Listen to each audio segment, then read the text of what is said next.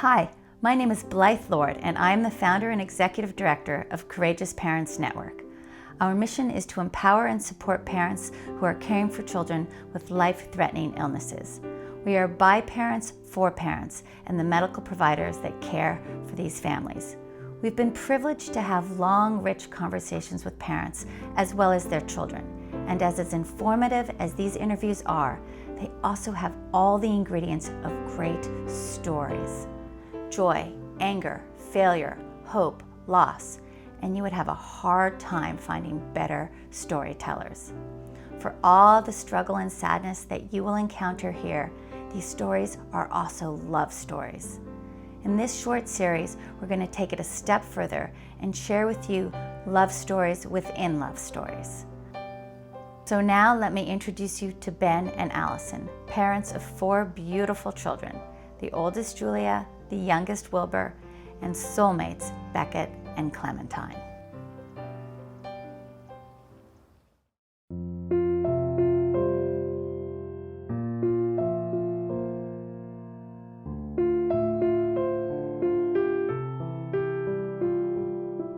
She was so sassy and had just this way about her. She was all attitude. Beckett was totally laid back, really mellow, really smiley. He loved nice cool weather. He loved the wind in his face. And Clementine was the opposite. She was really sassy. She liked hot weather. She wanted to sit in the sun and sweat. I think people get so caught up in getting better, and in reality, not everyone's gonna get better. You have to be able to live in the kind of in-between. Exactly the same time that Beckett got sick when he was almost 2, Clementine got sick. Beckett was impatient, and I'll never forget our nanny called me and said, "Clementine's not acting right. I'm gonna take her to the emergency room." And her calling me and saying they're bringing her up in the helicopter, and me going from the 11th floor where Beckett was downstairs to the emergency room. There was Clementine, and I laughed because I said, "Oh, well, I'll always think about that 4th of July that both the kids were impatient at the same time." And it really hit me then that we had no idea what we were doing.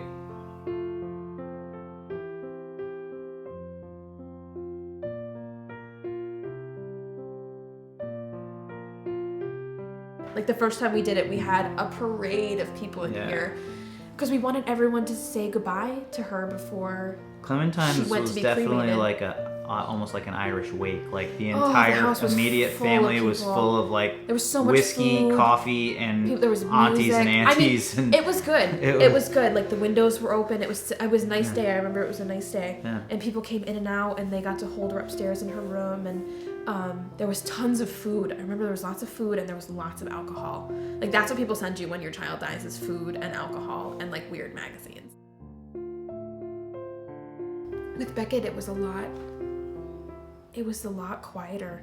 People asked if they could come over, and we said no, because it was so draining to carry the weight of other people's sadness. People were sad, and I completely understand, but at that point, Ben and I were the center of the circle, and we were so sad, and we couldn't carry the weight of the outside circles. We couldn't.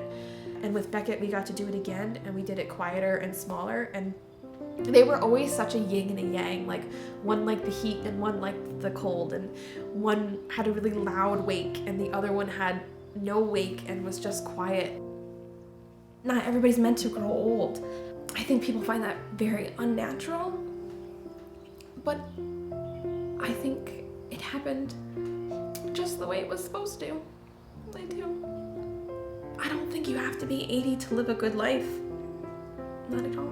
And I take a lot of comfort in that, knowing that I think we did the best we could. One of the things that kept us going without us even realizing it was we weren't really focused on them dying. We were focused on how much fun can these guys have regardless of any timeline or number. I can't be sad about the kids but then not think about how awesome they were or how much fun we had. There was so much good in the little bit of time that we had.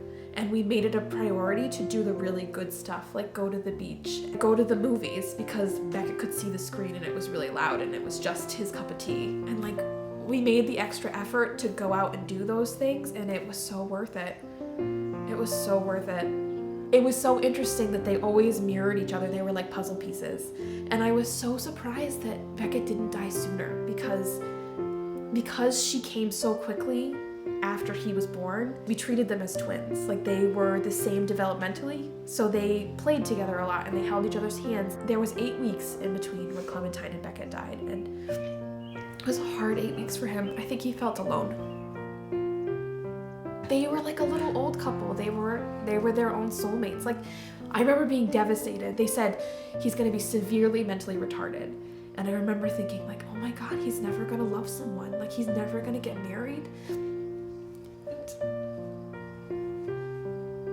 Clementine was totally his soulmate. They were best friends. They got each other on a level that even Ben and I didn't get. It was like this, like the language that twins speak in. It was like that. Just, they didn't have to say anything to each other and they were so close.